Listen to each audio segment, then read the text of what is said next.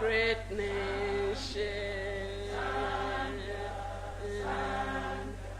Free men we stand under the flag of our land, Zambia. Praise to thee, O one, strong and free. Shall we pray? Our Father and our God, we want to thank you this morning that you have made it possible for us to come and meet in this manner. Father, our cry is that Zambia shall prosper, that Zambia shall grow from strength to strength. So this morning at the launch of Zambia Shall Prosper book number 2, we want to pray for your presence in our midst.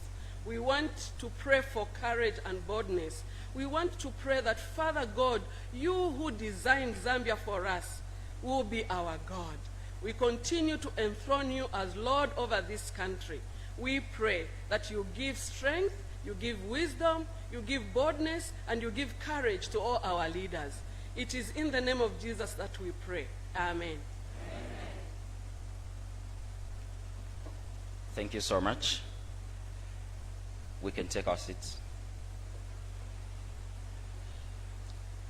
After the author speaks, we will hear one song from the choir, and there will also be a theme song. And then after that, we shall go into question and answer session from the members of the press. Ladies and gentlemen, invited guests, our speaker today is the author of the book Zambia Must Prosper. He is launching Zambia Must Prosper II, which is a follow-up to the first Zambia Must Prosper. The author is Mr. Kelvin Fube Bwalya. He's a lawyer, he's a politician, he's a servant of God, he's the son of Zambia. He is popularly known as KBF. Recently, he earned himself a nickname as the Game Changer. Help me to welcome to the podium for him to speak Mr. Kelvin Fube Bwalya. Thank you.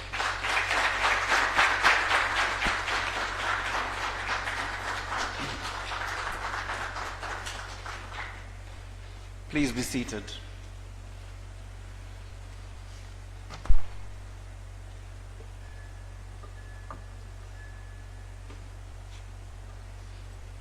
Members of the press, and indeed my countrymen, the history of this country tells us of a bitter racial political struggle for independence. What began as a political struggle for one race, for equal opportunities and access to the wealth of this, our country, has slowly yet painfully graduated into a fight for both equal political opportunities and economic survival for the majority of Zambians against a new class of super-rich Zambians and a few new foreigners who still want to exploit the majority of our people and the nation's wealth. The independence struggle that our founding fathers engaged in, some losing their lives for, was fought so that this generation can have political freedom to open doors to all our economic opportunities. The political freedom meant opening doors also to our social opportunities, as well as freedoms of movement, freedom of speech, conscience, freedoms that meant the freeing of our minds to explore our individual and collective potentials as a people.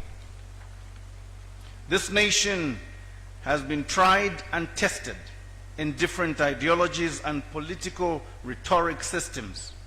This nation has danced for individual political leaders and political parties, hoping, yes, hoping and praying for some miraculous economic breakthrough to get the majority of our Zambian people to prosperity. I want to salute our founding fathers, Dr. Kenneth David Kaunda, Simon Mwansaka Pwepwe, the late, Ruben Chitandika Kamanga, the late, Mbikusta Lewanika with his friend Lawrence Katilungu, the late, Arthur Wina, Harry Mwangankumbula, Kapasa Makasa, Axon Soko, Alexander Kamalondo, Dingiswayo Banda, all these are late. John Chisata, Fines Bulawayo, Abo Chambeshi, Henry Mwenso, Jackson Mutale, Elias Kainga, Edward Mucheleka, my own father, Eric Benson Bwalya, Watson Mwenya, Faustino Lombe, Mbita Kabalika, John Mwanakatwe, Humphrey Mulemba, all these are late, but they laid a firm foundation for us. We have in our midst War Sikota Wina still surviving as a legend. Our mothers were also part of the struggle. I want to salute the original Mama Nakatindi Wina, the late, who was the mother to the Princess Nakatindi Wina, for her role in the struggle. Mama Betty Kaunda, Mama Julia Chikamoneka, the late, Mama Chiwesa Kankasa, the late, my own mother, Florence Kasomo Bwalya, her older sister, Mayoba Raphael Kasomo Chela, and other wives who helped their husbands in the struggle for independence. I salute the gallant Zambians who understood the sacrifices of our nation's founding fathers and mothers and had visions and aspirations to drive this country to economic emancipation. To our former presidents, Dr. Kenneth David Kaunda, our first president, through the Mulungushi reforms, who tried to economize and indeed emancipate us, I say thank you. Dr. Frederick Jacob Chiluba, our second president, who came and liberalized the economy from the socialist, commandist economy, I salute you and I say thank you. To Dr. Patrick Levy Mwanawasa, State Council, the late, who fought hard to get Zambia out of its debt and put us on a path of economic recovery, I say thank you. To Dr. Rupia Bwezani Banda, who took over a nation in mourning and helped us to heal, I salute you. To this gallant founder of our party, Michael Chilufyasata, the late, also known as the King Cobra, whose vision I helped write down with serious think tank of men and women from many walks of life, alas, gone too soon. And our current president, Edgar Chagwalungu, I salute you all. I want to thank these men for taking up the mantle of presidency. It is not an easy job to do. I want to declare that I will support our current president as best I can. I have always supported him from that unfortunate morning when I was awakened from my sleep in October 2014 and I was summoned to join gallant men and women at Lewanika Close after the death of our fifth president in England. Our journey still continues, although our viewpoints are very different. I have learned from each of these presidents. I have learned from some of them at close range, talking and engaging with them. Yet from others, I have learned from a distance. My lessons from all these presidents will always be indelible, yet personal lessons.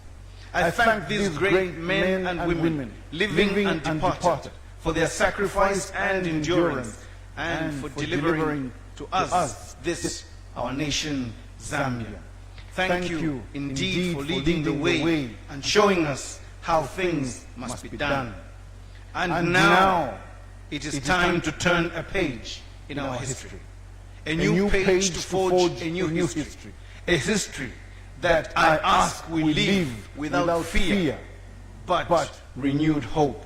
Because all we need, trust me, all we need are a few good men, a few good women, a few good youths, and a few good ideas.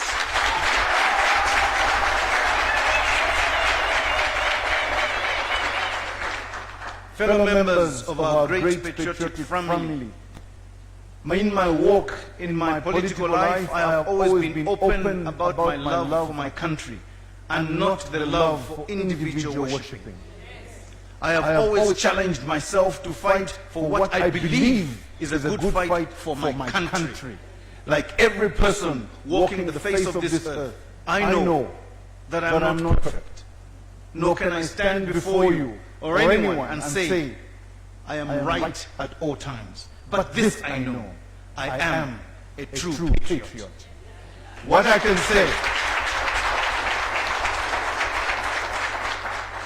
can say without shame nor regret, however, is that when it comes to my country, I have always stood with the poor, and I will always stand with the poor. For this is what the great Michael Luanch taught me. I have never and will never knowingly or willingly play ball for self against my country and the future of this country. That is not who I am. And I pray that this part of me infuses itself in some way into our youth system and into our country, even if it be by osmosis. I have always believed that blind belief in authority, just because it represents a measure of authority, is the greatest enemy of truth, passion, and creativity we face today. We must stand on principle.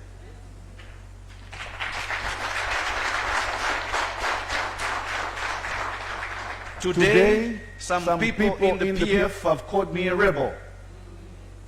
Some have declared repeatedly, saying that over their dead bodies, will they allow me to even have a word with my current president? While this may be true for them, I laugh at such things because, really, I am not that kind of person. They think they are the only people that are entitled. They think they are the only people who deserve.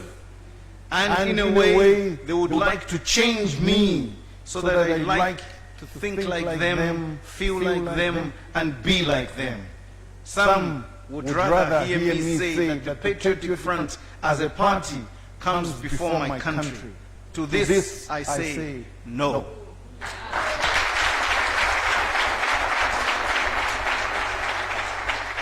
To these people, putting my party before my country is the yardstick of what loyalty is. I am saying no again.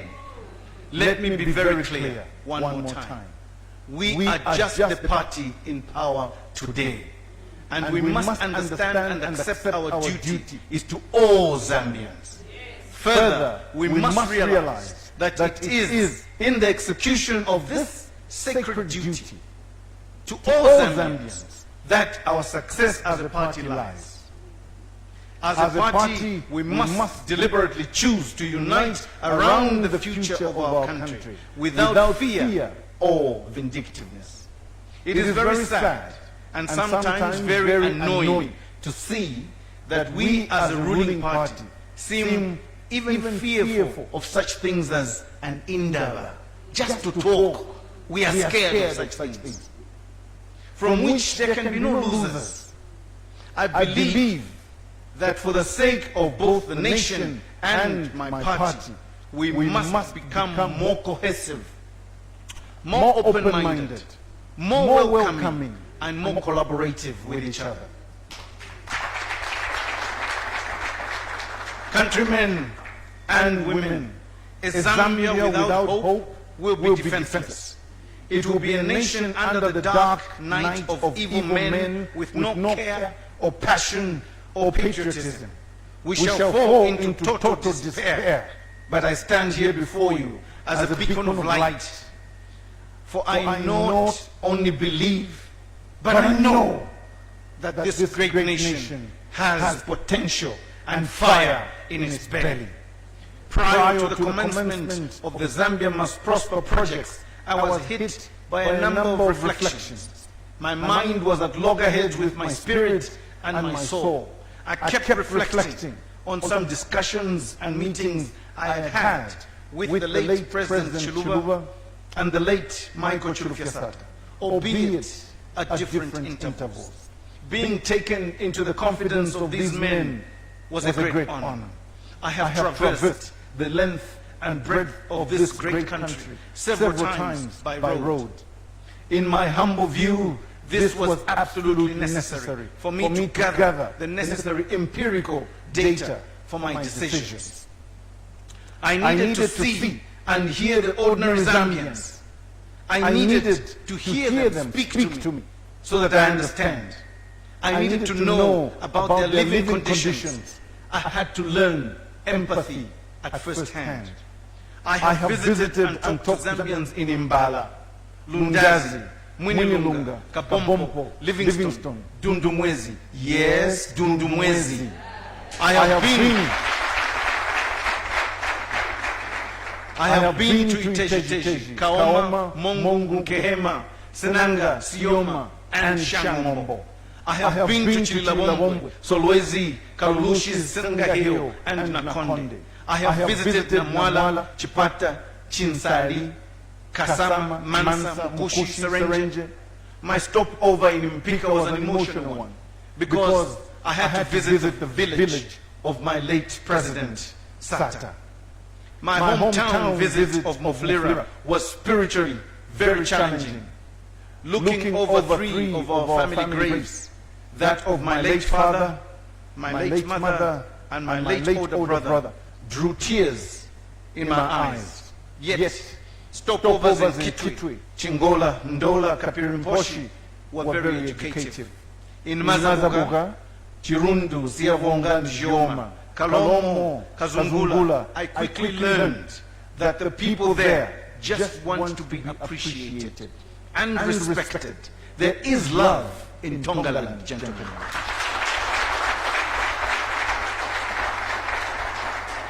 I have covered the breadth and length of this country, including the valleys of Nyimba, Petauke, Katete, and the surrounding areas. I have been there and have seen despair in the eyes of our people. I have driven through those places, driven by nothing but love and patriotism for this country, to see the vast potential of our country, our forests, and the many rivers and lakes being wasted and ignored. I am convinced now, more than ever before, that Zambia must prosper.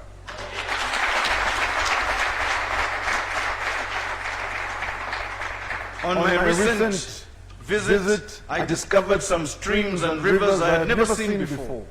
And I laughed at myself, being ignorant that I didn't know my country. Gentlemen, ladies, I have a vision for my country. I have an economic blueprint that will drive this country and propel this country out of poverty faster and decisively.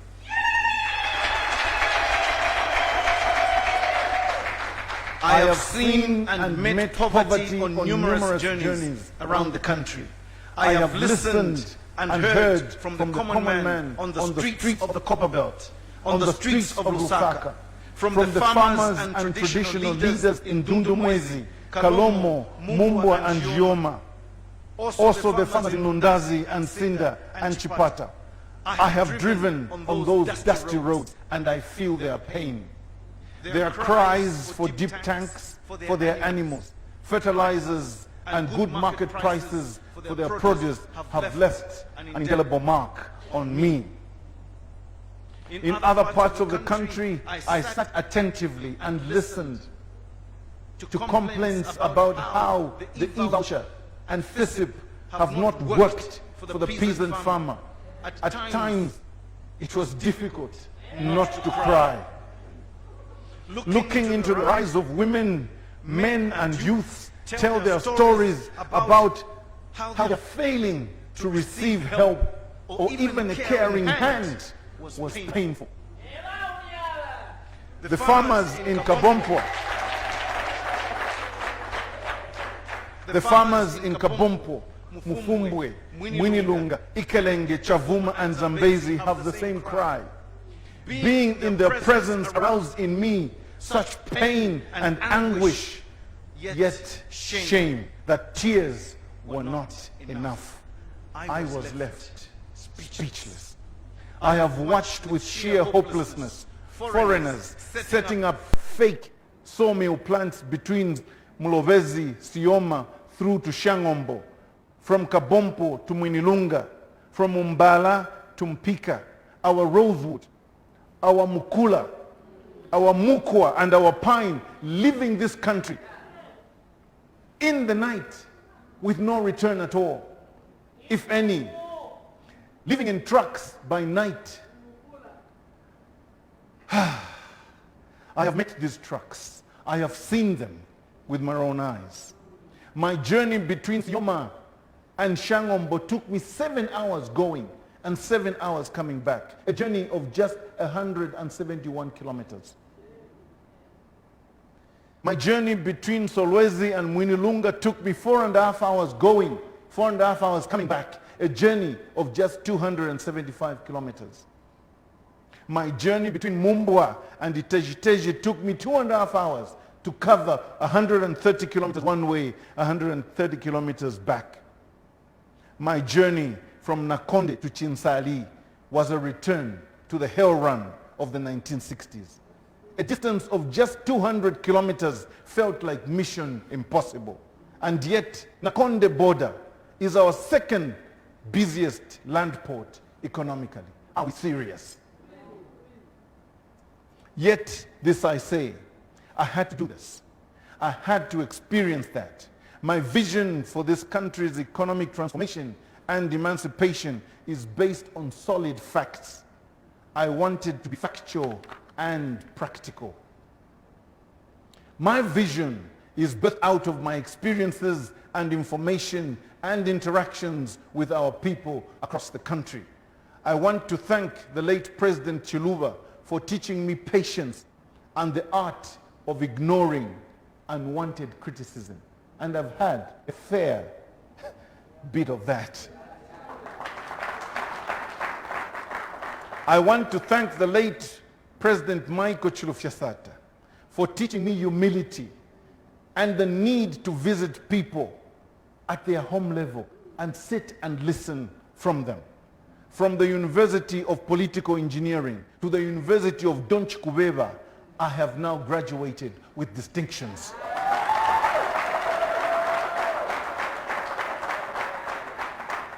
I want to thank the late President Levi Patrick Mwanawasa, State Council, for indoctrinating in me the relevant political discipline to call a wrong and to hate corruption.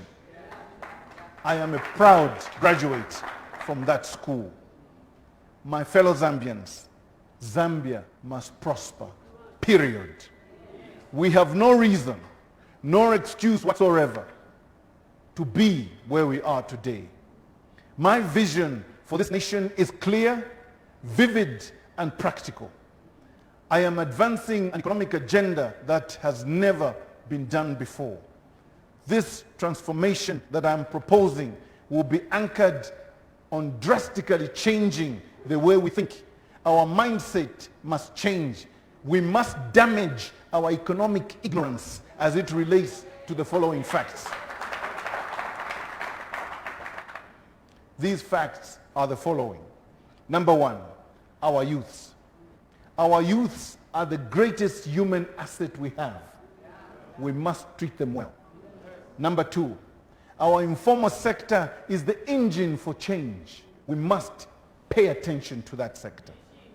Number three, our agricultural sector is the biggest employer in this country. We must be clear about that. And number four, the church. Yes, the church. Our church is our moral compass and common denominator cutting across each Zambian society.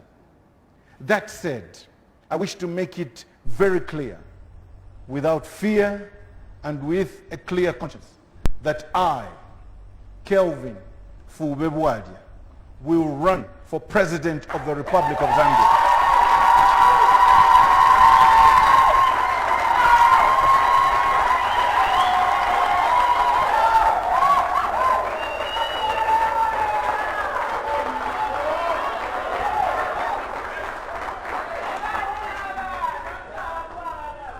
I will run for the President of the Republic of Zambia in 2021.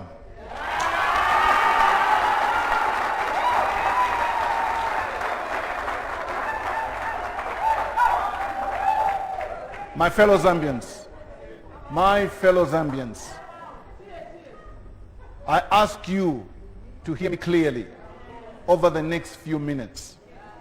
I make this serious appeal especially to my party, the Patriotic Front, and its leadership, and the general membership. Please hear me, and hear me good.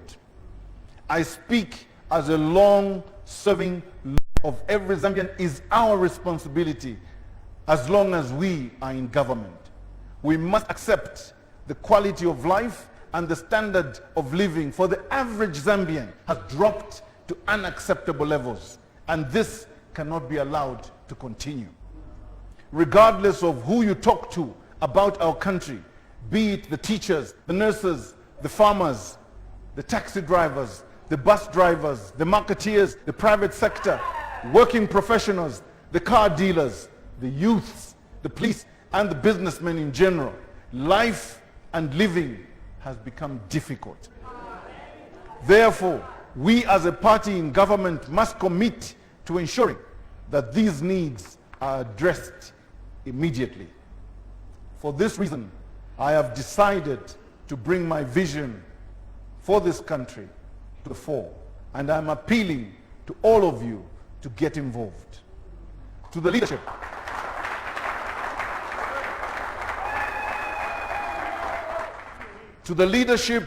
of the party, the Patriotic Front, I humbly ask you to put aside your pride and your arrogance and consider the suffering of the majority of the Zambian people.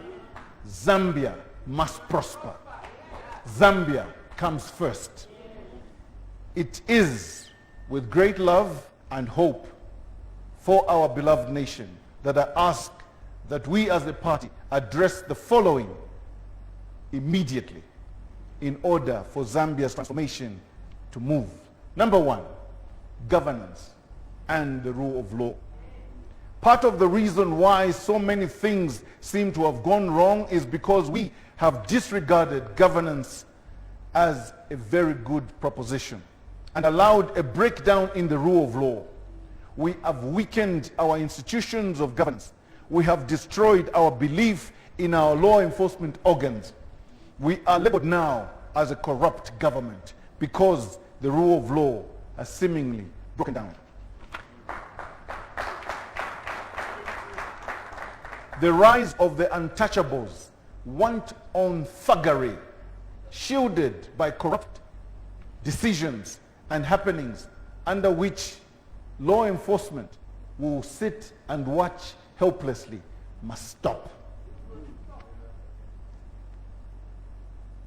The status and stature of this party does not warrant us to be using the Public Order Act fearfully just to scare people. We are better than that. Number two, the church. As a Christian nation, we must always recognize and accept the fact that the church is our moral compass for the nation. Our leadership must always recognize that. Our relationship with the church must therefore be genuine, honorable, sincere, and non-political. We must embrace the church and realize its importance in our national development. Number three, unemployment. Job creation is a complex and huge task.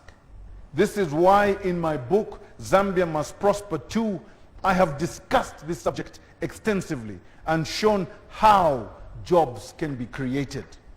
Job creation is a complex matter that requires well thought out implementation strategies. It is not just a matter of this and that ministry standing up and claiming, we have created so many jobs, we have created so many jobs. What jobs have you created?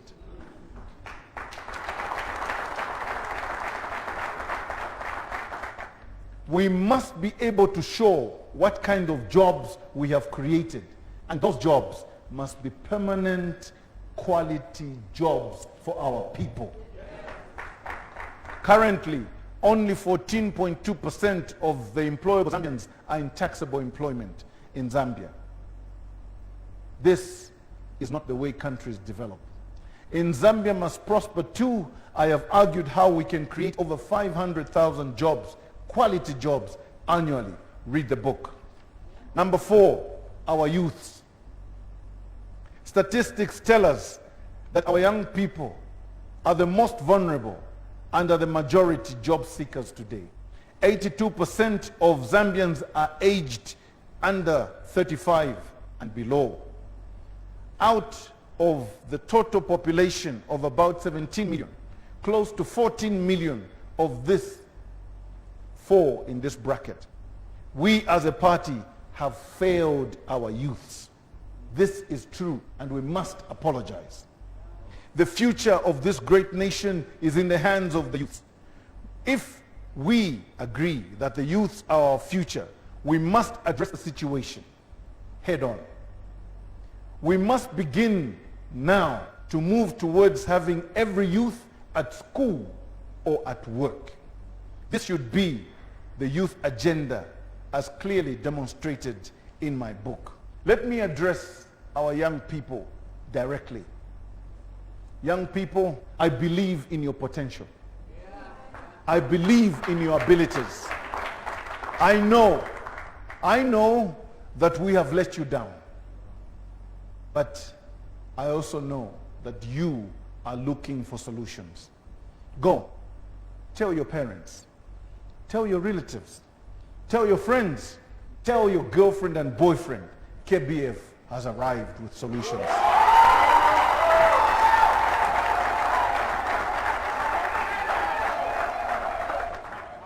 My dear young people, listen to me and listen good.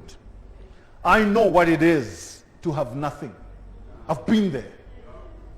I know what it is to live on a single mother's salary without a father, because my father was in prison most of the time. I know what it is to cry rivers in your sleep with no help in sight. I know what it is to be hungry and not to be sure whether you're going to eat today. I know what it is to walk long distances to school, to study late so that you can pass an exam. I know. I know what it is to queue up for a bursary, to be abused. I know how it feels. I've been there. I know firsthand. I know poverty firsthand. I have been there. I am one of you. Don't look at this suit and think I was born like this. I was once like you.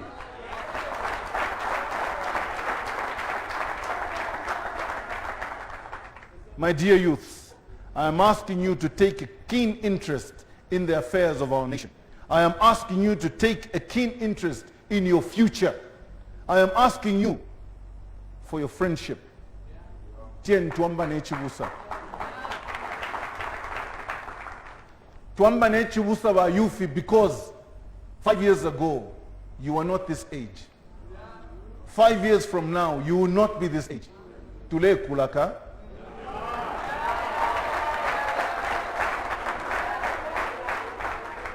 Number 5, the informal sector.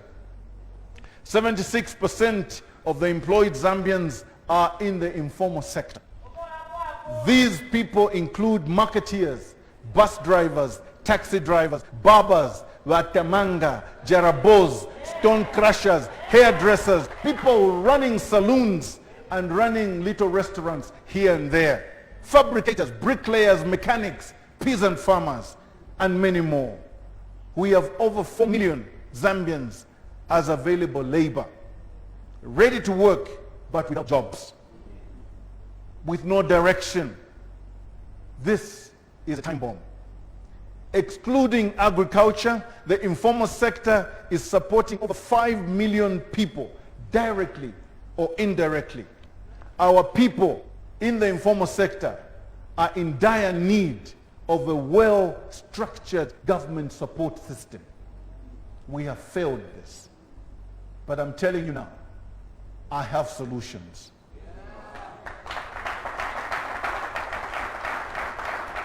In Zambia Must Prosper II, I demonstrate how possible it is to organize the informal sector for effective national development.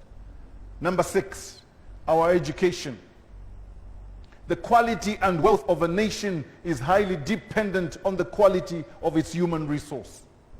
An educated population translates to a skilled labor force.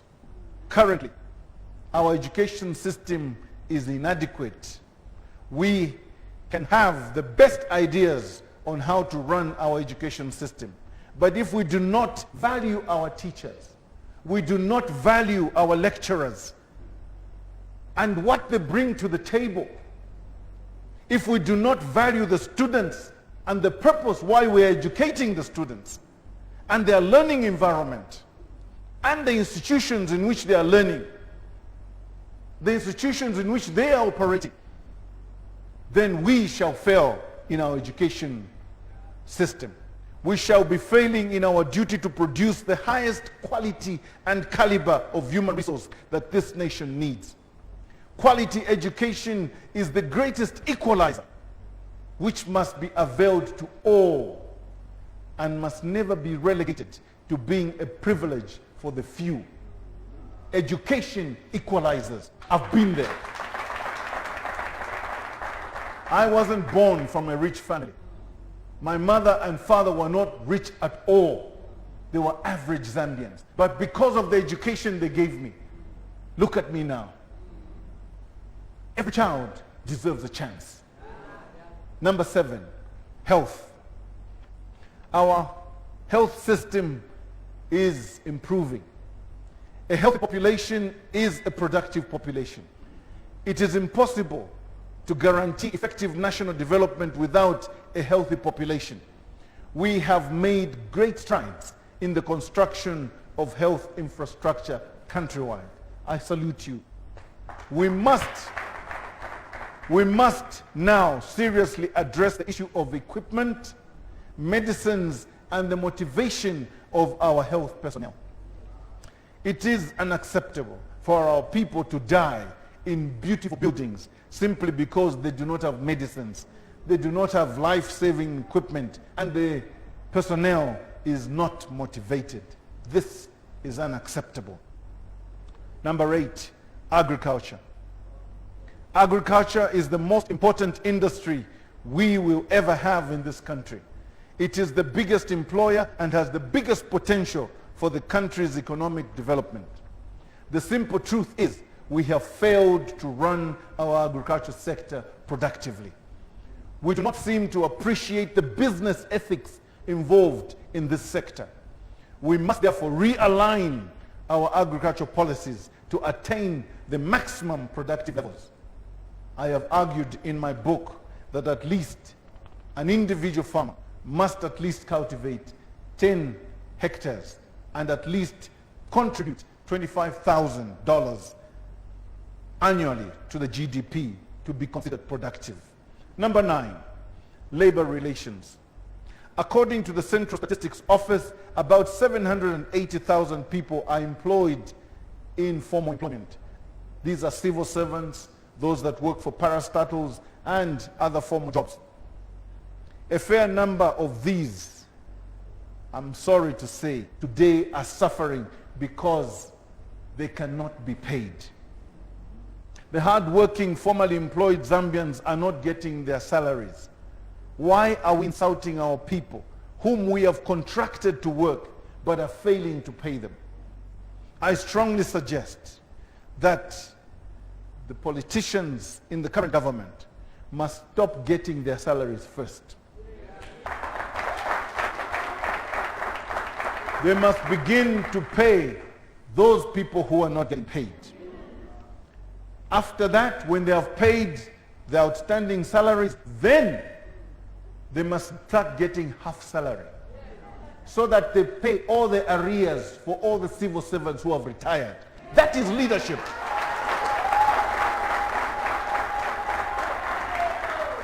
They must pay all these regardless of when and under which government these outstanding payments became due. That is how leaders work. Number 10, taxation.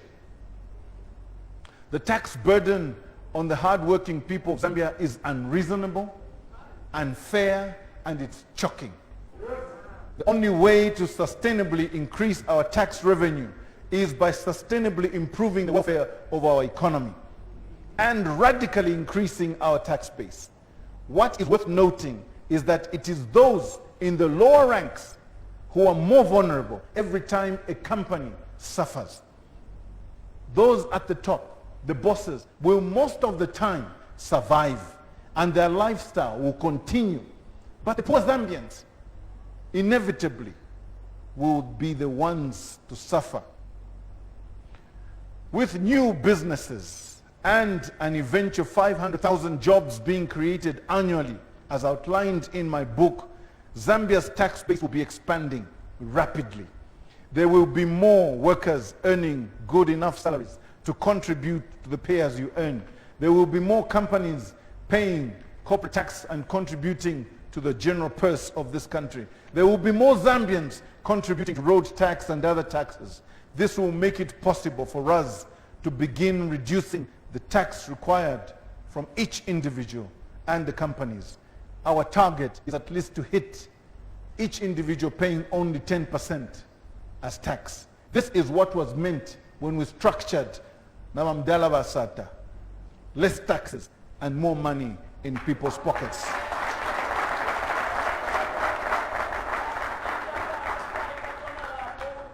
I wish to restate, ladies and gentlemen, that I am running for president.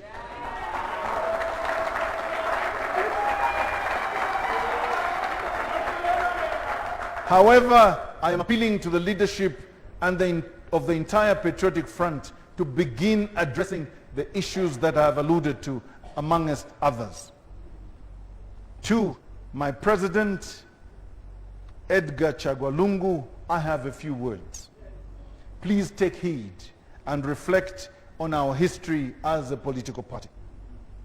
Recently, Mr. President, you confessed that you have been lied to by some people in your team. I could not agree more. As observed by Baron von Stein, urging Frederick Wayne III in opposing Napoleon. This was in 1808, a long time ago. Von Stein said the following words, and I quote, "The only salvation for the honest man is the conviction that the wicked are prepared for any evil. It is worse than blindness to trust a man who has hell in his heart and chaos in his head. If nothing awaits you but disaster and suffering, at least make the choice that this is noble and honorable, and that will provide some consolation and comfort if things turn out poorly." End of quote. Let me be clear, Mr. President. You have done your best for our party and our country. You cannot do beyond your best. Kindly pass on the mantle of leadership to us.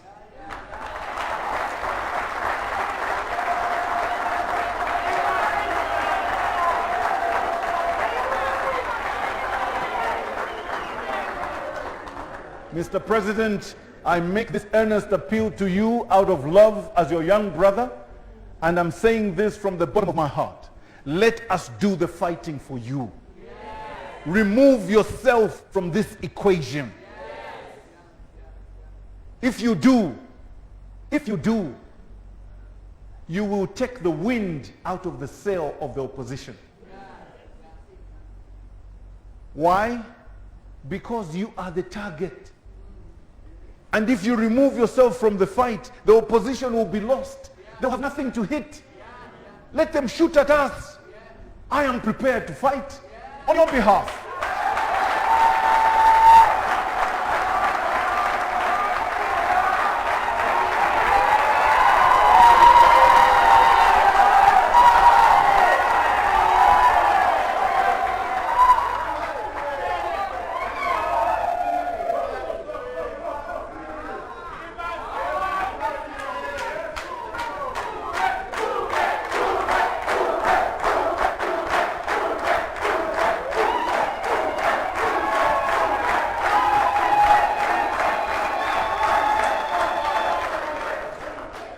One Zambia. One Zambia.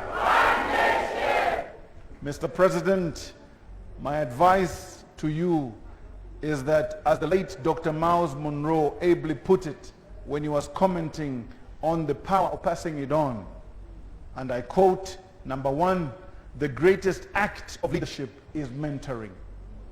Number two, if what you learn, achieve, accumulate, and accomplish dies with you, then you are a generation of failure.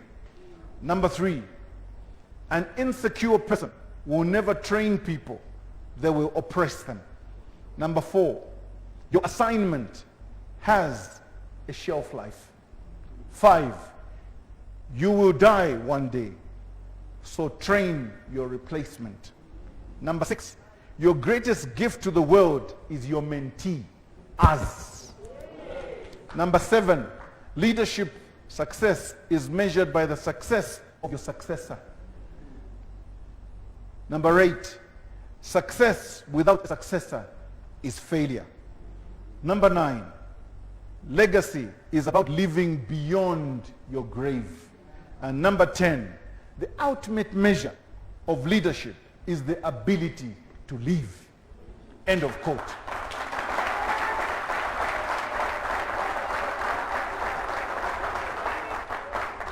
I totally agree with the words of Dr. Miles Monroe the late, and I urge you, Mr. President, to leave this fight to us who are energetic and passionate to fight for you.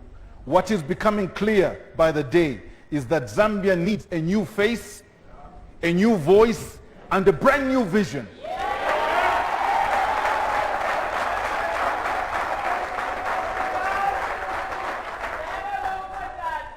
Zambia needs new energy. Zambia needs new passion and a new direction to build on the strong foundations that have already been laid. In the words of the great Indian revolutionary leader Mahatma Gandhi, there are 7 political sins. Number 1, wealth without work. Pleasure without conscience. 3, knowledge without character. 4, commerce without morality. 5, science without humanity. 6, religion without sacrifice. And 7, politics without principle. Mr. President, a lot of the people that surround you are failing in all these.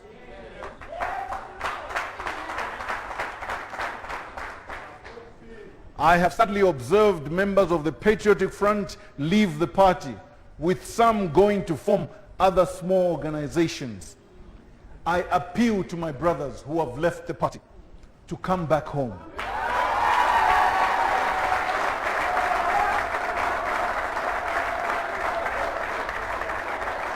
It is not time to fragment ourselves. We don't have time, we don't have the luxury of wasting time on such irrelevant agendas. Half of you don't even know why you left the party. Come back home. To our old members, I say to you, there's a new dawn on the horizon. Listen to me. We have not forgotten the teachings of Vatatavasata. Come back home. To those that are standing on the fence, come back home. To the new members, I am saying, come and join us. Come and join us, because this is a brand new day. A brand new day with a brand new promise. I must remind all of us who went to the people and asked the people to give us the mandate as a party, that if anything goes wrong, it remains our collective responsibility to correct it and not to leave. Don't run away from problems. Face your problems. Be a man.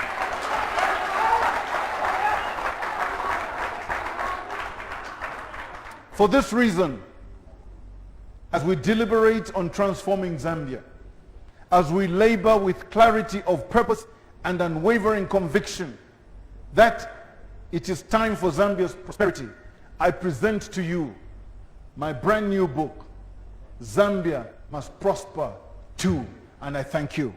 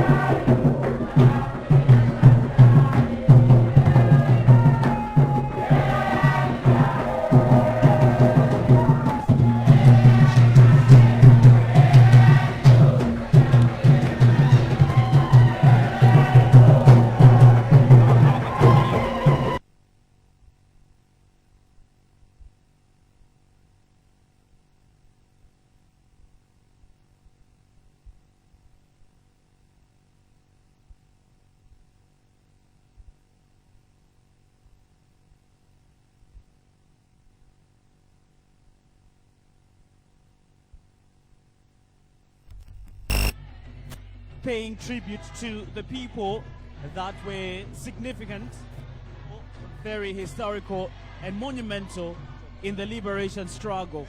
He started by paying tribute to the first founding father of the Republic of Zambia, Dr. Kenneth Kaunda, and then he also paid tribute to the late President Frederick. He also paid tribute to Dr. Levi Patrick Mwanawasa. He also paid tribute to the founding father of the Patriotic Front, that's Michael Chilufya Sata. Now, one thing that is quite is that from Dr. Frederick Chiluba, he said he's a proud graduate of someone who never paid attention to unwarranted criticism whenever they're criticized, and he's been a victim of criticism himself. And then he also paid tribute to Dr. Levi Patrick Mwanawasa, all right, as being a person who he learned to be someone that was allergic to corruption and stood on principle. And then to the late Michael Chilufya Sata, he said he learned so on how to be a servant of the people. All right, there are quite a number of aspects that have been highlighted, but we'll definitely be getting hold of people and pick out the key aspects they noted from the speech from Kelvin Fube. But the most resounding is that he's going to run for president in 2021. All right, I have with me people that I would love to get opinions, all right, on what has been stated by KBF at the launch of his book. All right, so kindly give me your name and what do you pick out from the statement that has been made by Kelvin Fube? Yeah, my name is Reverend John Mwendapole. I'm the Deputy National Secretary for Christian Coalition.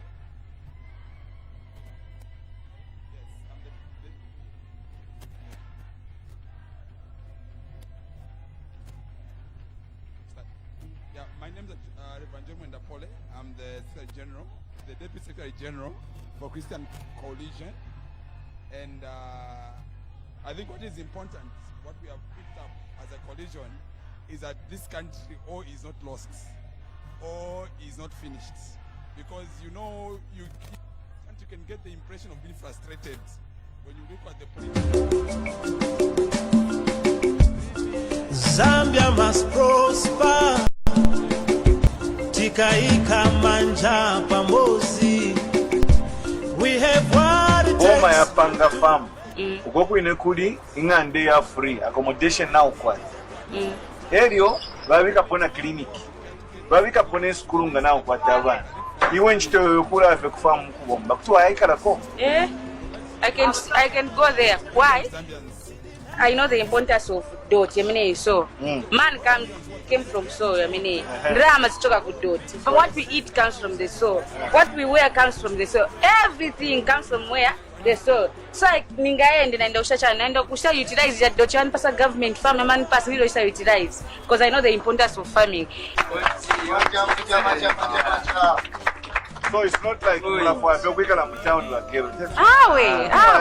Ningaende kumuzi inachesinga ngaile kumuzi zako ati ngakumuzi could be clinic. There are no better hospitals. There is no good sanitation, water. The child was civil emotion. I cannot go. Nende kuja kumuzi nilipe na boya mbida. Nilipe body mida. Nilipe my livestock so using kulibe. My kids are staying home 6 to 6. Year in, year out, find a school. I cannot go. One is he has outlined issues as being open to a Zambian to say yes in terms of leadership and in terms of politics. We are looking to a unifier, and we hope and trust that in this country to aspire to stand as a presidential candidate is a right of an individual. We are looking forward to say that the party that KBF wish to stand on, right, as a member. My name is Jubal Zulu. I'm from P2F.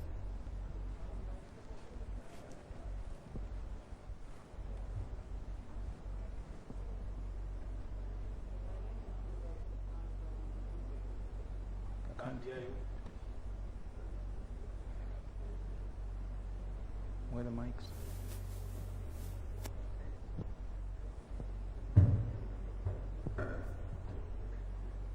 So I'm saying my name is Zambia I'm from P2FM.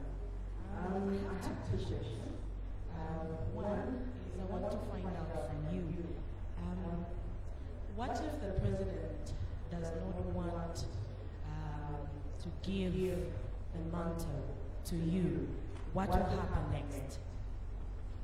And secondly, PF, when it was coming into power, we were told that it was going to be a pro-poor government that is going to take keen interest in the poor Zambians. But currently, the situation is from bad to worse. What is it that is going to be different with you coming in the forum? Thank you so much.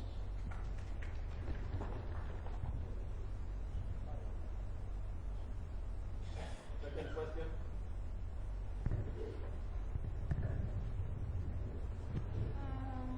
My name is Margaret Chonda. I'm from Open TV.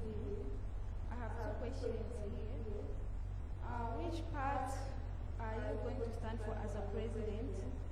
And my second question is, if you are saying that the economy is bad, what has gone wrong with the PF leadership?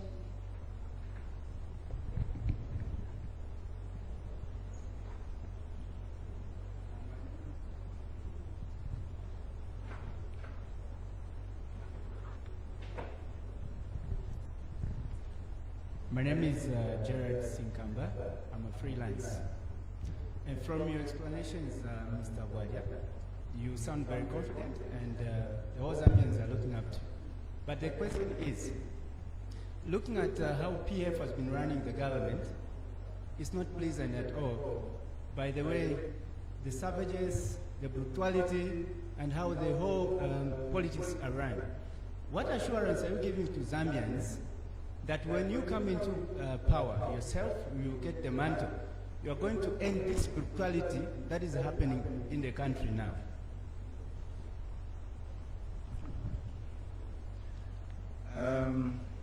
Let me start with my sister, Madam Zulu. Some FM? What FM is it? Radio. Radio 2. Quit 2. What if the president does not give the mantle? That's his decision. He makes that decision. I have given him reasons why he should. And for me, if he does not, that's his decision. But that doesn't mean that politics stop there. No.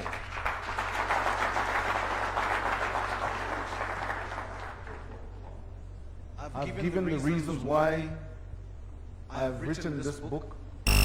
I've given the reasons why I have decided to go into politics. And I'm saying to you, somewhere along the line, that pro-poor tag became an illusion. So I'm agreeing with you. We have a few problems, but we shall sort out those problems. Leadership is about character. It's also about principle. It's about personality. It's about who you are, what makes you. I'm promising to be different. That's all I can tell you for now, because if I give you everything, Madam Chota from Movie TV, which party? I thought I was very clear when I spoke. Look around you. Do you see those pictures? Which party is that? That's my party. I am not going anywhere.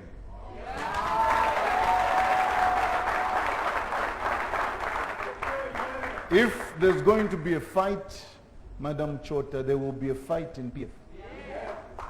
That I can promise you. The youths are the majority in this country, not the thugs.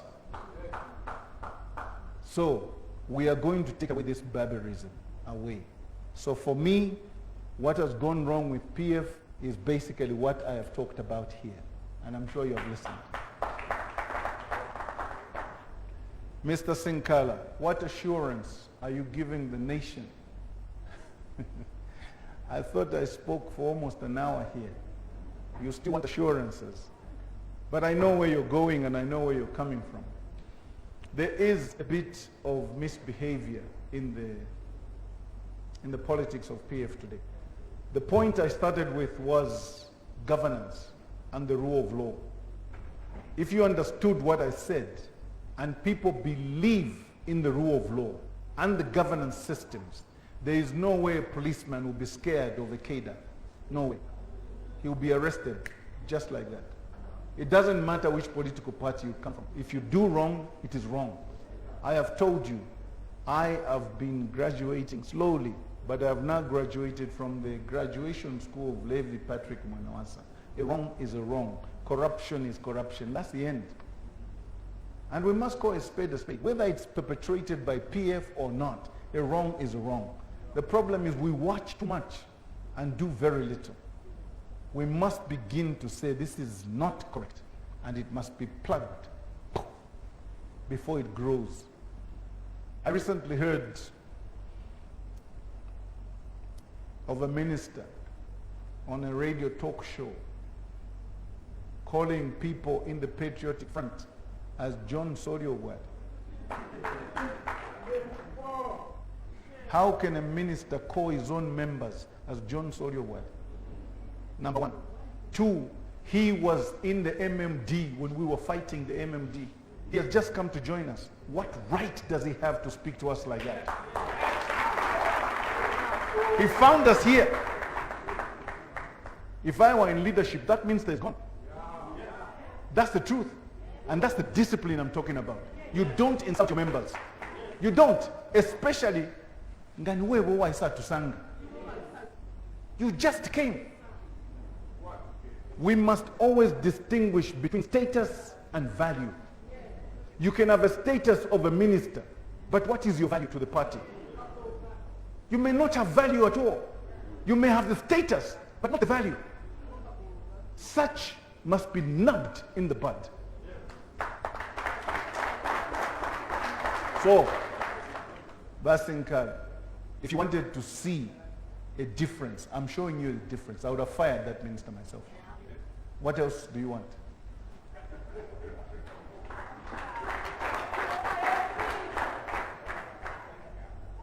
Next questions, please.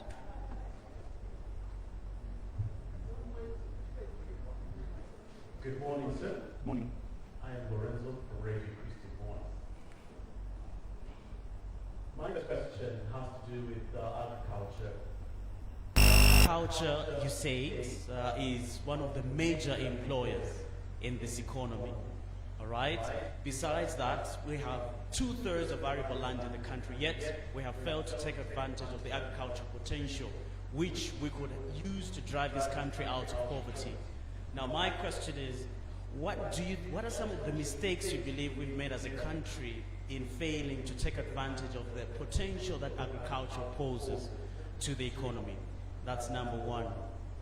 And then number two, you said as a patriotic front, there are mistakes that have been made as the party in government. Could you kindly further elaborate what sort of mistakes that the party has made and how they can be rectified to win the confidence of the people back into the party and government one more time?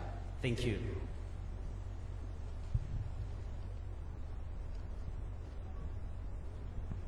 Good morning, Mr. Bwalya. Julia Malunga from United Voice Radio. And just a follow-up to Lorenzo's question, you have accepted that there are mistakes in the Patriotic Front. Why wouldn't you want to form your own political party if you think that there's a wrong in the government? Thank you. Good morning. My name is Amapek Mwenda from Prime TV. Yes, my sister. Yes, I just wanted to be clear on when you are saying you're going to take on the presidency. Is it in 2021 or after 2021? Then what is your confidence that the ruling Patriotic Front and its membership, maybe the grassroots, are supportive of you to take up the presidency in the PF? Thank you. Lorenzo. Whenever we're trying to look at the problem, in identifying the problem, we must look at statistics. Statistics are very important because they guide us. Now, in Zambia, we have 1.6 million farmers. 1.6 million people in the agricultural sector today. The level of production and contribution to the GDP of this country is 15,000 per annum. That is not being productive at all. Statistics don't lie. This is from the Central Statistical Office. Go and ask them. Our population is 17 million today as Zambians, which means about 10% of our population in agriculture. It's too much. We should have surplus food. We're not being productive because we have not changed our methodology of approach to agriculture. We have not appreciated that agriculture is a business. We think it is a subsistence way of living, and we have politicized agriculture. That shouldn't be the case. Take Israel. Israel has a population of 8.6 million people. There are only 44,000 people in Israel doing farming today. Each individual farmer in Israel contributes 2 million kwacha worth to his annual GDP. The annual GDP of this country is $24 billion. The annual GDP of Israel is $370 billion for a population of 8.6 million people. That's an insult to us. What am I saying? Israel is in a desert. It has no fresh water. It has no arable land. It has no temperate climate. It is hot perpetually. What they've done is they've gone into systems that suit the agricultural setting. They're now exporting citrus fruits into Europe. They're exporting vegetables into Europe. They're producing much more than they need in the agricultural sector. We in Zambia, on the other hand, have got all the rivers that I've seen in my travels. We've got all the lakes we have. We have all the arable land. There is no desert in Zambia. Anywhere you go in Zambia, you can farm. You've got nice forests. What are we doing? It is the attention that you give the agriculture sector which is wrong. We do agriculture like it's by the way. It shouldn't be. We don't need copper if we address the agriculture sector. Agriculture can feed this nation, even export to other countries. I am arguing that if each farmer can produce minimum 10 hectares of productive food and ensure that he contributes $25,000 worth annually to the GDP of this country, then we're getting out of poverty. Now, if agriculture takes care of at least 8 million people, that is half the population out of poverty. What more do you want? What more do you want? I have argued in my book that we are going to be constructing what we are calling production cities. Some of these production cities will look like this. First of all, you are going to identify a piece of land. Take over that piece of land. Build at least residential houses around that piece of land for your workers to come and stay. Then you identify what kind of agriculture or what kind of industry you're going to run around that building or around that area. For example, if you say plantation, you're going to do another Kampala sugar estate, say along the Chambeshi River in Muchinga. What you do is you put up 500,000 houses, okay, as a start. So you've got 500,000 workers to come and work. Then you start planting the sugarcane along the river because the water is just next door. So you do irrigation.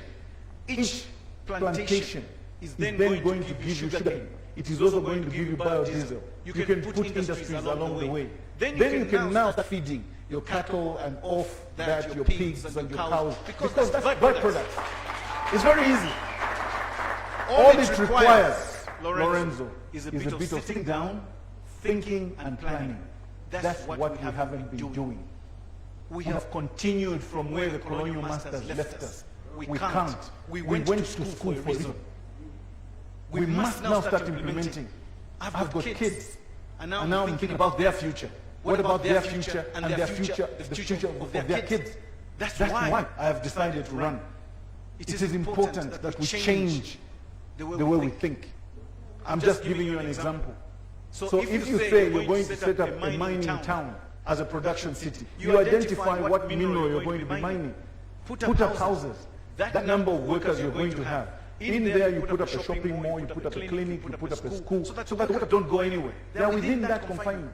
They work at the industry. They've got their schools, their kids going to school. They've got their clinic. They've got everything within there where they work. You can get people out of the streets and take them to the village because they would like to go and stay. Life will be cheaper. Now you're going to ask me where we're going to get the money. It's very easy. Do we need to build airports at $395 million? I don't think so. How many people are going to use the airport? We can slow down that, but you can knock off $100 million out of that. And go and build an agro city. Go and build an industrial city. Start it from there. It's very easy. So in other words, Lorenzo, it's about prioritizing. It's about how you argue your case. I hope I've made my point. What mistakes have we made? I'll answer this in relation to my good sister who also came from a radio station. What mistakes has the PF made? I don't even know how to answer this. Lorenzo, my sister. I don't want to be rude, but are you the only Jews who don't live in Zambia? You don't see what's gone wrong. When people are not being paid on time, isn't that a problem? When you start apportioning workers, teachers next week, then you're going to pay the soldiers the other week, Air Force the other week. You don't see a problem with this? Need I stand here and narrate the problems? We all live in the real world. Let's face it. There are mistakes. It's in the administration. We have to be real. These problems are known to all of us. Let's not pretend there are no problems. There are problems. And all I'm saying is, let's accept that we've made mistakes. Let's accept that we've done wrong things. Now, what caused these things? One, the budget. Priorities in the budget are wrong. Two, procurement. Our procurement system is wrong also because we inflate everything.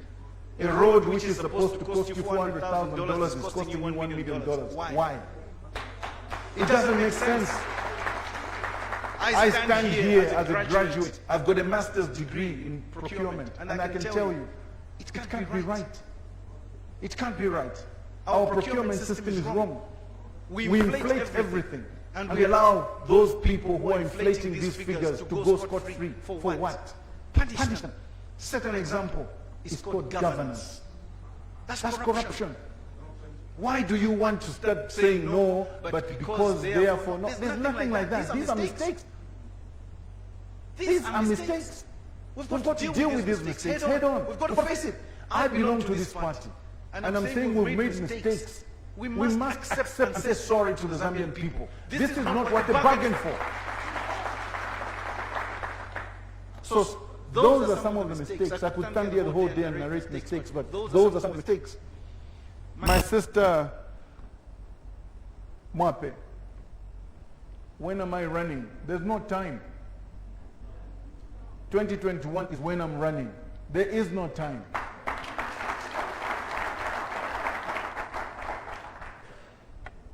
We have got children. Let us agree. And I did say, Tule kulaka. Hello? Vamwape. Tule kulaka. Some boy has sang a song like that. Tule kulaka. We cannot sit here and start pretending that time is with us. It's not. I don't think Vamwape sitting there, you will want this for another 5 years. What's going on now? Let's be real. Let's be real. I'm not telling you anything you don't know. What I'm trying to do is to damage your fear. And I'm saying to you, stop fearing. You have the power as Zambians to change this system. Why are you changing? Why are you fearing? What are you fearing? Who are you fearing? There's only God to fear. So, let me be clear for the benefit of my sister Mwape. I am running in 2021, and I hope some people don't run.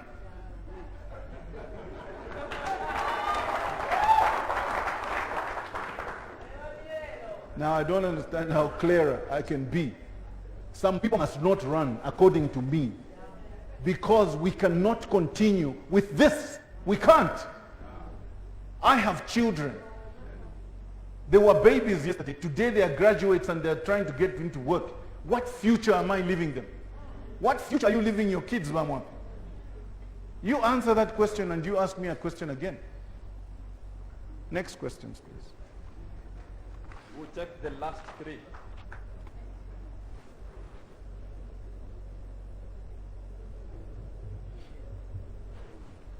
Good morning. My name is Gina Nando, KBF member from Zambia TV. My question, Mr. Bwalya, is on your position. You mentioned that you'll be running for principal, but we had part officials for the PF endorsing President Lungu for 2021. Where does that leave you now?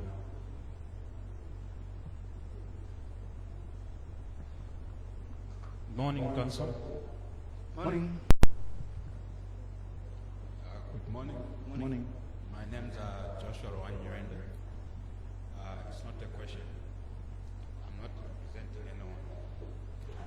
I stand as an individual, a family man, a youth who has a passion, the love of Mother Zambia. It's the only nation I have.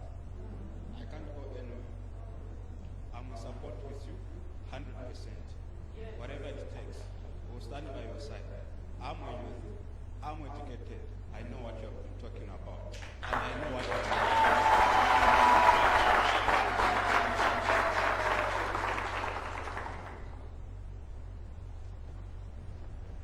doing. Because that was the comment, so we need just one more question. Lorenzo, you've already asked your question. One last one, sir. All right. In your statement, in your speech, you alluded to the fact that Zambia needs a new vision, Zambia needs a new face, and you buttressed that point the last time you spoke by saying that you're hoping some people to not run. I would like you to categorically state who you say should not run in the 2021 elections. Thank you, sir.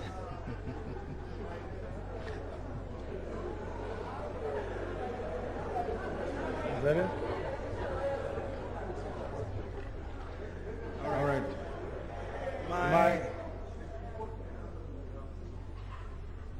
My neighbor, Mr. Nandu from Diamond TV.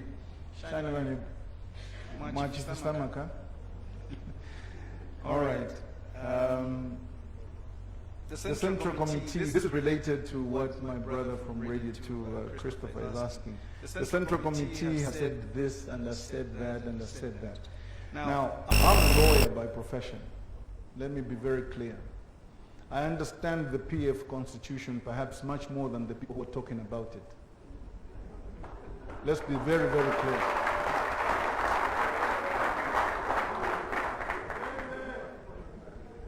Before you make such declarations, there are certain prerogatives that you have to take into account.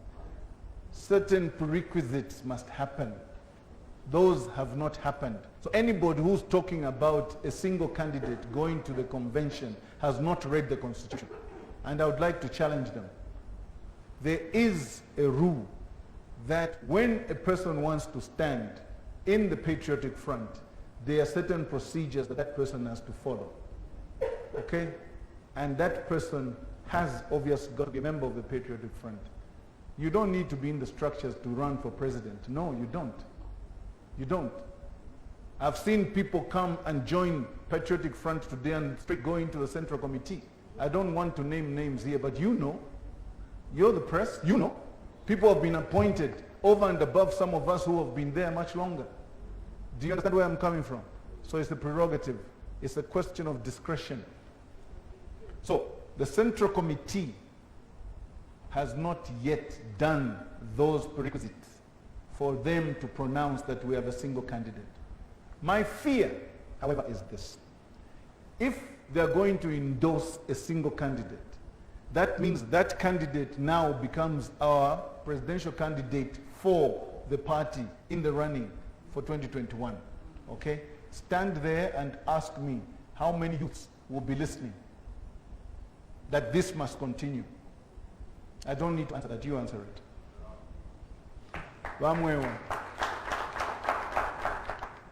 Good standing. Any member of the Patriotic Front who is not in good standing gets disciplined.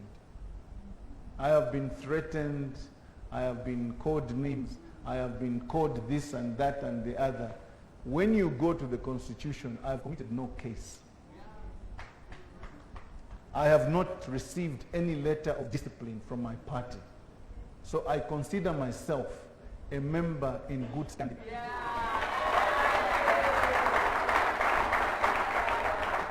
And let me just give you a bit of history. When Wasata died in 2014, I was not a member of the Central Committee, but I chaired Central Committee. Why? Because the Central Committee members were blank about the Constitution. They needed me to guide them. Go and challenge them. Go and ask them. Before they understood what to do and how to answer Guy Scott and his machinations, they came to me. Why did they wake me up in the night? Ask them.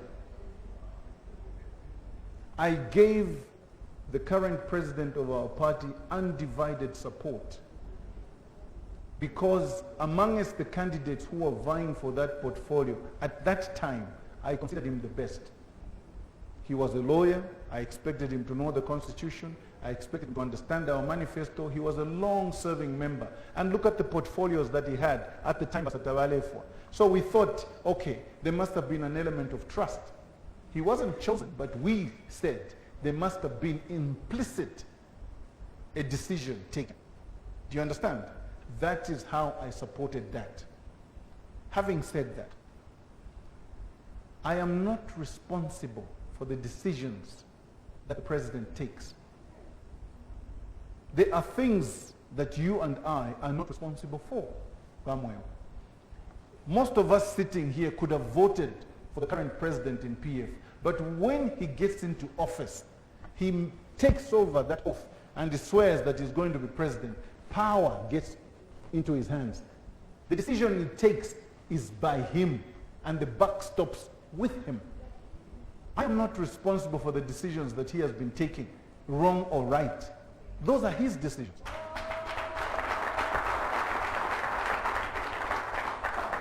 So for me, I don't have a problem with supporting my president up to 2021. I don't have a problem. Beyond that, I have a problem. Because when I was talking here, I told you I have visited the breadth and length of this country. What the people have told me is change things. Tafiri we know. Tefintu. Those are the expressions. Now, if what the people are saying is not what we're going to do, we can kiss power goodbye. That's the honest truth. We can kiss power goodbye. And then have someone coming. I have not been in government. I have nowhere to go. I'll go back and practice my law. Those who've been in government will be answerable for whatever they've done. What can I do? I'm giving advice based on empirical evidence. I have traveled this country. I have spoken to people. I have been Bamwewa. I have driven in those ramshackles. You don't even know whether you're driving through a road, but you're driving through someone's maize field in a place called Dundumwezi. I arrive in a place and I'm half fearful because I don't know whether somebody will come with Shimunyenge spears and spear me, but they come and they tell me we're not bad people. Don't look at us like that. What you've been told about us is not what we are. When you told us you were coming, have you traveled on this on this road? I said yes. You told us you're coming in 2 hours. It's taken you 4 hours. Why? The road is bad. How many deep tanks do we have? That's all they cry for. My deep tank and the road. They're not difficult people. But go and ask the leadership if any one of them has driven on the roads I've driven. Go and ask them. Whether they've sat with the people I've sat with. Go and ask them. It's not about flying around in helicopters following the president. Then you think you have landed in a place. No. Drive on the road. Feel what the people feel. You can only understand it when you've been there, experienced it, and the people will speak to you. I told you, going to Shangombo from Sioma, the nearest town to Shangombo is Sioma. It took 7 hours to get there, one way, 7 hours. I could start off from here and get to Bala in 7 hours. That is 171 kilometers. 7 hours. You get stuck in the sand, you have to reverse. There's only one road. So if you meet a truck, you have to reverse, find the driveway, then the trucks pass, then you start over again. You get stuck in the mud again. It's terrible. And to think this is part of Zambia, those are mistakes. Because I know the things we had done and planned in our Tatawasata, that road could have been done by now. I know that. The road, which is just at the backside of Lusaka, instead of using the Kafio road going to Chirundu, that road should have been finished by now. We haven't finished it. Do you want me to go? Lorenzo, your last question has been answered in my speech. Surely. How many times do I have to state that? Thank you.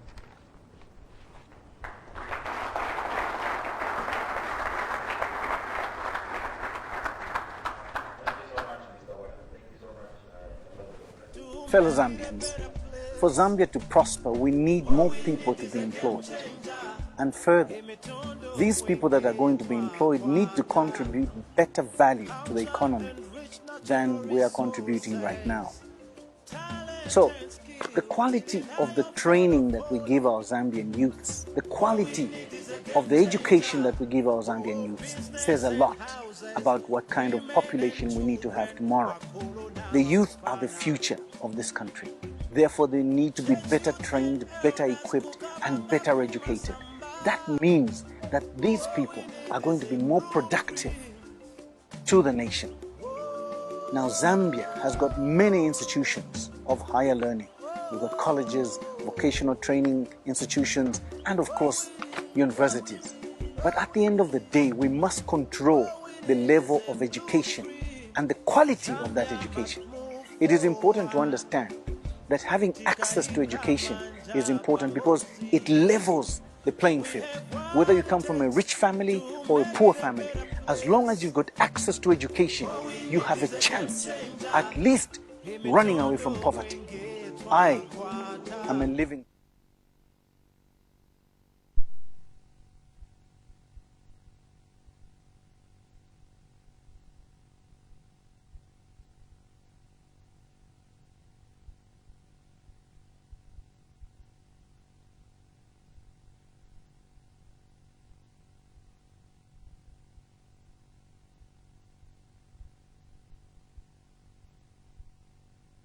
Even as he has started on this journey, you alone will see him through.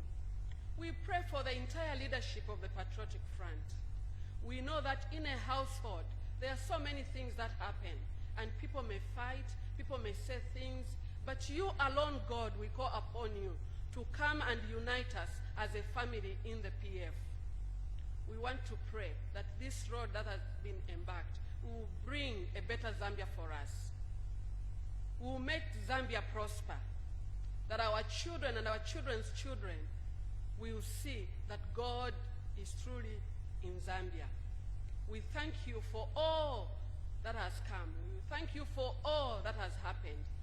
And we bless you, our Father and our God. Twatotela pafintu ifikankala ife mwatweva. Ife mwatsumbula emitima Yesu kuti tuishiwe kweva tifo tuli bantu babuyo.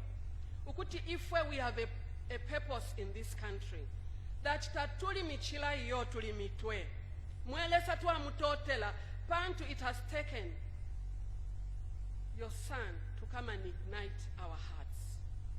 Be blessed, our Father, in Jesus' name, amen.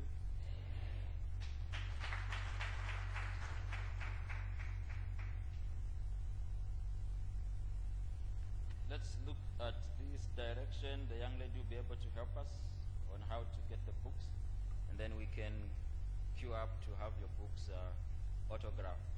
May the Lord richly bless you. Thank you for coming. Thank you for your patience. God bless you. Let's put our hands together and our energy together for this country. Mr. Bwalya can only realize the prosperity of this country together with our support. May God bless you. Thank you. Zambia must prosper. Tikaika manja pamozi. We have what it takes. Fellow Zambians, For Zambia to prosper, we need more people to be employed. And further, these people that are going to be employed need to contribute better value to the economy than we are contributing right now. So, the quality of the training that we give our Zambian youths, the quality of the education that we give our Zambian youths says a lot about what kind of population we need to have tomorrow. The youth are the future of this country. Therefore, they need to be better trained, better equipped, and better educated. That means that these people are going to be more productive to the nation. Now, Zambia has got many institutions of higher learning. We've got colleges, vocational training institutions, and of course, universities. But at the end of the day, we must control the level of education and the quality of that education. It is important to understand that having access to education is important because it levels the playing field. Whether you come from a rich family or a poor family, as long as you've got access to education, you have a chance at least running away from poverty. I am a living testimony to that. I didn't come from a rich family. My family wasn't rich at all. I came to become who I am today because I had a shot at education. I had a shot at education because I understood that without education, I wasn't going to make it in this world. Without education, I wasn't going to have a chance at living the dream that I wanted to live in Zambia. We have better access to becoming better people with a better quality education. Therefore, education is important and key for Zambia. Now, every university, every college, every vocational training institution has to be streamlined. This is why policy direction is important. The politicians must take center stage in all that we do. If we have just 4 million youths contributing even as little as 100 kwacha to the purse in terms of taxes, we can raise $380 million, which can educate every child from grade 1 to grade 12 in this country. This is important. We don't need too much, but we can have a pool. It's about numbers. So the more people we educate, the higher the quality of the contribution to GDP, the higher the quality of contribution to the national economy, the better for this country. Trust me, this we can do, and we shall do. Zambia must prosper. We have a blueprint, Momanja Yasoseo. All we need is a game changer. Zambia must prosper. Zambia must prosper. Tikaika manja pamozi. We have what it takes. Fellow Zambians, for Zambia to prosper, we need more people to be employed. And further, these people that are going to be employed need to contribute better value to the economy. Zambia must prosper. Tikaika manja pamozi. We have what it takes. Boma ya panga farm. Ugoku inekuli ingande ya free accommodation now kwa. Elio babika pona clinic. Babika pona school nga now kwa tabana. Iwe nchito yokula afe kufamu kubomba. Kutu ayikala ko. I can go there. Why? I know the importance of dot. So man came from soil. Drama is good dot. So what we eat comes from the soil. What we wear comes from the soil. Everything comes from where? The soil. So I ningaende na ndoshacha na kusha utilize that dot. One person government farm man pass nilo sha utilize because I know the importance of farming. So it's not like mulafuakwikala mtown wa Kero. Ingaende kumunzi. Kumunzi inachesinga ngaila kumunzi zako ati ngakumunzi kuli be clinic. There are no better hospitals. There is no good sanitation, water. The child was civil emotion. I cannot go. Nende kuja kumunzi nilipe na poya nilipe voli mbida. Nilipe my livestock so using kulibe. My kids are staying home 6 to 6. Year in, year out, trying to school. I cannot go. One is nifuna ine nankalamushe na wananga futwesani bankalamushe. But mga staff vanedi is what was in life in your course. Tiona nama Illuminati was advertised na magic word. Fana zaenda kuza join a balance. Now if the government is willing to give me land, na vonse school provided land, nyumba mahala. I can go even right now, so I can go. So the problem we have generally in Zambia is that the lack of quality jobs leads a lot of people to poverty, and they shall forever remain in poverty because there are no jobs. The other problem we have is that these jobs that most of the youths get in town give them very little income. They are not quality jobs. They are low-paying jobs. And because they are low-paying jobs, the youths are going to be perpetually resigned into poverty. This must change. It is important for the government to realize that we must be the solution to these problems. And all the time, as you've seen and heard from these youths, they are prepared to get involved in agriculture. Agriculture is an answer. Every year, year in, year out, we've got 375,000 youths being brought into another job-seeking environment. These are dropouts at grade 9. They are school leavers with graduates, degrees, diplomas, and vocational training from higher institutions of learning, and yet there are no jobs. It is important every day when we get this kind of arrangement that the youths understand that they've got a caring government. The caring government is what we want to become. We are going to change this country because Zambia must prosper. We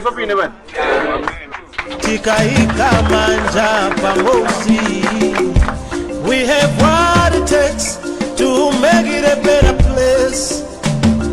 What we need is a game changer.